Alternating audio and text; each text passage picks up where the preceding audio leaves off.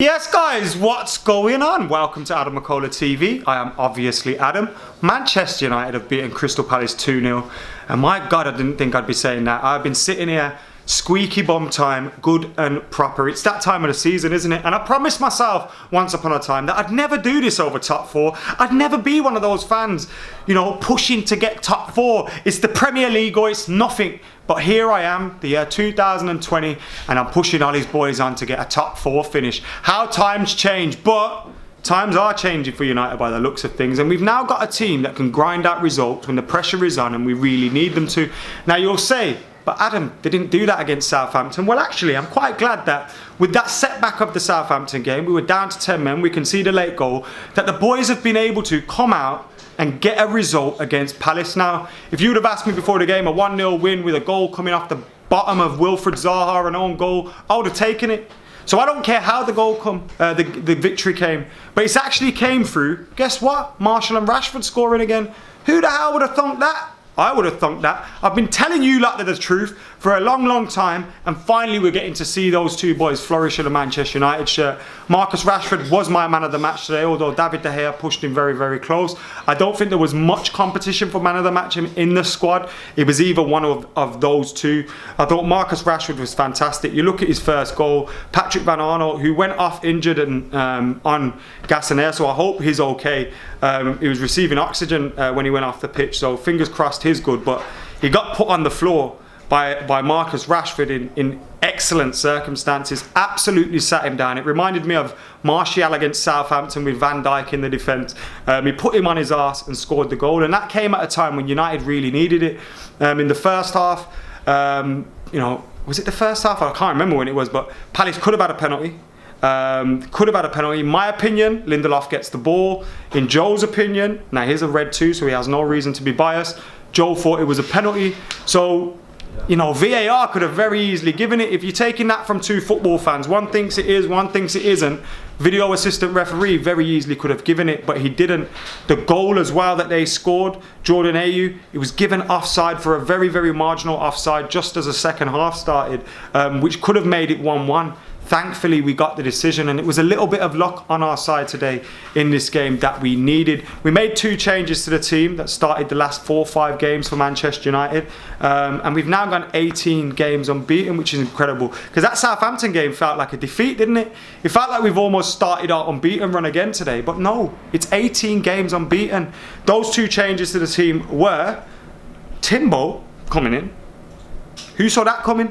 I didn't see Timbo playing for the 23s, never mind playing for the first team against Crystal Palace in a must-win. At left back, we had Diogo Dalot on the bench, and that must not be a good sign for Diogo Dalot if Ole Gunnar Solskjaer is starting Timothy Fosu-Mensah ahead of him. But Timbo made 90 minutes of it. There was a few times where he gave the ball away and he looked like a guy that hadn't played for Manchester United for 3 years plus. He looked like that, but he slowly settled. He slowly, you know, got a little bit more composure about himself. And to see him get through to 90 minutes was incredible. Now, I'd be surprised if we see him used in the Premier League again. We probably won't see him used to the Europa League. But after all the injury problems that he's had, to see him come back into the team, to see him play for United again, which is something I didn't think we'd see, and to see him get a clean sheet and a win on that, I'm really happy for Timbo to be doing that. Aaron Wan-Bissaka had a mixed game on the other side. I thought there was some things that he did really well, some things that he didn't do too well with, some of his final passes and stuff. Lindelof and Maguire, they had a very strong game today. I mean, they were getting kicked and pushed and pulled all over the place. I thought Maguire can do better in the final third. He gets so many opportunities with his head, but look, he's there to defend, and today they got a clean sheet. There was a few moments where they looked like they could have got caught out, but look, these are guys that are too fighting for confidence, you know what I mean? They're out there, they're trying to get their confidence back after that game against Southampton, and that clean sheet will help them massively. I thought David De Gea, like I said, Rashford was my man of the match, but he was right there behind him because he made a few crucial saves for the Reds today that really kept us in the game. So you get into the midfield after that. McTominay came in for Matic, and it's been weird with McTominay and Fred, because with McTominay and Fred, what the hell was that? With McTominay and Fred, I feel like they played better when there was no Bruno, no Pogba, and they could just play their football week in, week out. Now that they're having to come into the team as substitutes or come into the team as backups, it looks like they're fighting to prove something, fighting, you know, for match fitness, fighting to prove Ole Gunnar Solskjaer that they maybe deserve to start in the game next, and that's probably taking it away from their performance a little bit. They're not playing as naturally as they were, and they clearly need more match fitness. But McTominay got some minutes today, and it was great to get Matic a rest because he's probably going to be vital for the Reds on Sunday against Chelsea. Pogba and Bruno also started, and apart from a moment in the first half where Pogba got caught on the ball again, and you're thinking, oh dear, we're going to get caught out here, and it's going to be one of those situations for Pogba. He played all right. There was some good trickery, good skill in there. He was passing the ball around, getting mixed in. Same with Bruno. I don't think they had their best games today. It was 6 or 7 out of 10, but they got the job done and they did their bits. Bruno again, 6.5 out of 10, 7 out of 10, but he gets an assist. The geezer just shits goal contributions, even when he's performing badly. Whether it's an assist, he got an assist the other day for Martial, although to be fair, Martial scored that on his own. He got an assist today, and he was involved in the second goal as well, with the ball straight through to Rashford, who then found Anthony Martial, and he's doing really well for United. And it's clear that, you know, he may have a bad game, or he may have moments today. There was a few balls where he brings it down on his chest and he goes for the first time half volley pass that not many players, I see Paul Pogba pull them off, but not many players can, and it's just a touch off. You know he's going to get some of them right, so you don't mind when Bruno's losing the ball trying to do those things, and Pogba, you do mind when it's on the edge of your own box, but not when it's on the edge of the opposition's box. So whilst their performance wasn't amazing today, it was squeaky, we still got through with the win. And the front three, Greenwood had a quiet game. He got substituted for Jesse Lingard, which again was another surprise appearance from him.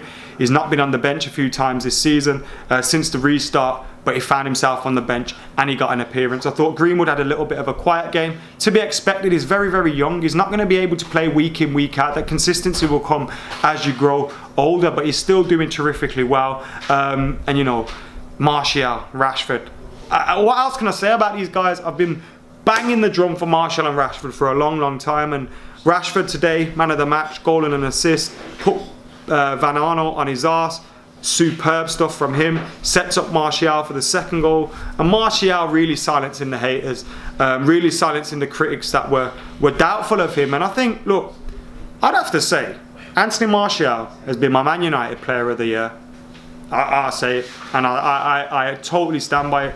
I think we've seen him improving his performances as a number 9, improving his performances individually in terms of what he does and what he can do, and also improving his performances as a team player. When you think of the crucial goals that he scored this season, and I'm sure you'll probably end up getting another one on the weekend, you think of the crucial goals against the big teams in the big moments, the quality of the goals. I know it's a hard fight. You know, you're looking at Wan-Bissaka, maybe Marcus Rashford, but I think Anthony Martial is Manchester United's Player of the Year. Season's not even up yet. Been doing fantastically well. I don't know if you want to argue with me, but I'm prepared to jump in the comments and argue with you all night. But like I said, man of the match today, Marcus Rashford, and overall, I'm just buzzing to get the victory. Really buzzing to get the victory. It was the kind of win that we needed against Southampton. It was the kind of game where if you lose, it's a poor game. If you win, it's a professional win. It's that glass half full, half empty scenario. But today I thought Ollie's men got the job done. If you would have asked any United fan before the match, hey, you take a 2-0 win at Selhurst Park, you would have taken it, even if it would have been scruffy. So thankfully we got the result, especially after Leicester winning today. You know, it was vitally important we made sure we got that result. And now we can enjoy some cup football, although it's a quick turnaround, 2 days. I imagine United might be staying in London until that game. Selhurst Park to Wembley isn't far, but you know, it was a quick turnaround. I don't think Ollie trusts his squad as much, which we saw. You've got 2 games until a semi-final. Sorry, 2 days till a semi-final, and you made 2 substitutions out of a possible 5. I think that tells you all you need to know about what Ollie thinks about some of the players in our squad. And I think that is a big, this week could be, if we still get Champions League football and we manage to win a trophy or 2, this week could have been a blessing in disguise.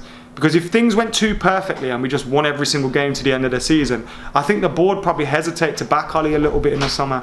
But we've shown that we need quality in depth. You know, how great would it have been if we could have give a Bruno a rest today and play Jack Grealish or someone like that?